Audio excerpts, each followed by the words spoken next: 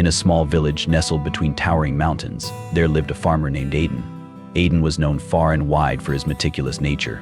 He believed that if he could control every aspect of his farm, he could guarantee a bountiful harvest every season. He would rise before the sun, measure the soil's moisture, and even count the number of seeds he planted each day.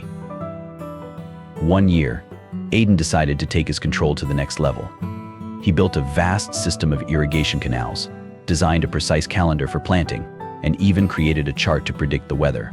His neighbors admired his dedication, but whispered among themselves, wondering if Aidan was trying to control the uncontrollable.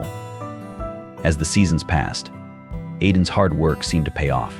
His crops flourished, and his barns overflowed with produce. But despite this success, Aidan was never satisfied. He constantly worried about the next storm, the next drought, the next potential disaster.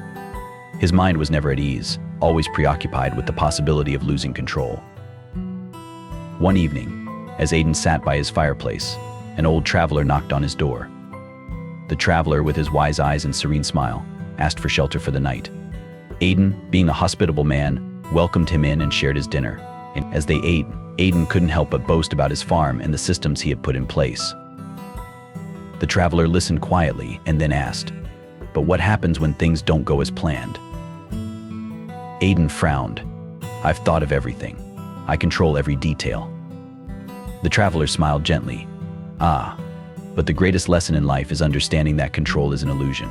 We can influence, we can guide, but we can never truly control the world around us." That night, a powerful storm unlike any other swept through the village. It uprooted trees, flooded the fields, and destroyed much of Aidan's carefully planned irrigation system.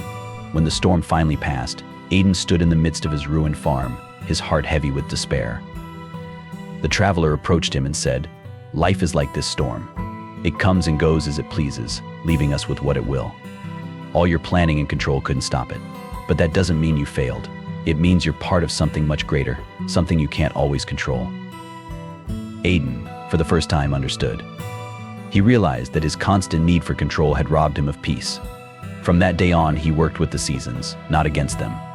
He still planned and worked hard, but he learned to accept the things he couldn't change. In doing so, he found a new sense of peace and fulfillment that he had never known before. And so, Aidan's farm continued to thrive, but this time, it was not just the crops that grew, it was Aidan's understanding of life itself.